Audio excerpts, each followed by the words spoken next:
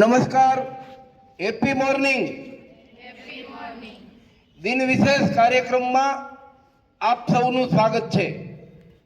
આજે 18 નવેમ્બર એટલે સાહિત્યકાર જયંતિ દલાલની જન્મ જયંતિ. જયંતિ ગેલાભાઈ દલાલ કે જેનો જન્મ 1909માં 18 નવેમ્બરના દિવસે અમદાવાદ એટલે કે કર્ણાવતીમાં થયો હતો. જે બહુવિધ વ્યક્તિત્વના ધની એવા સાહિત્યકાર હતા. બહુવિધ વ્યક્તિત્વના ધની એ રીતે કે તેઓએ બહુ બધા પુસ્તકો લખ્યા છે.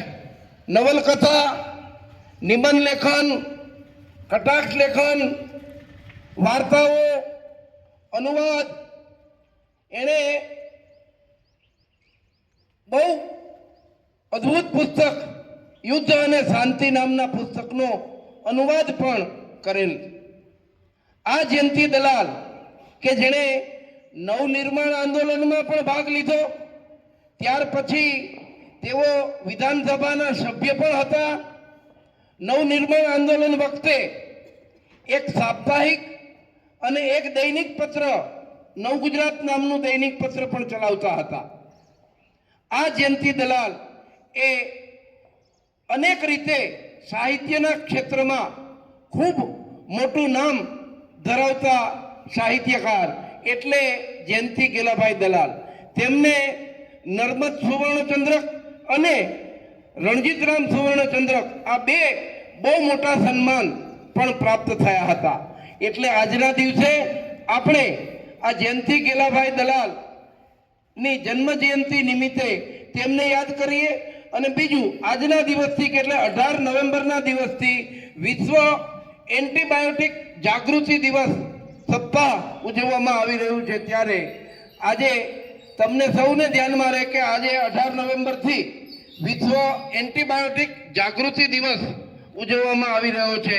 ત્યારે આપ સૌને આ એક મુઠ્ઠી ઉચેરા સાહિત્યકાર, એમનું જીવન કવન અને એમના જુદા જુદા પુસ્તકો વિશે ખાસ વાત કરી. ખાસ કરીને તેમની બે નવલકથા એ બહુ વિશ્વ પ્રસિદ્ધ બની છે, ધીમુ અને વિભા અને પાદરના તીરથ. આ બંને નવલકથાઓ વાંચવા જેવી છે. આ ઉપરાંત જયંતિ દલાલની ઉત્તમ વાર્તા સંગ્રહ એ પણ અદ્ભુત છે, વાંચવા જેવો છે.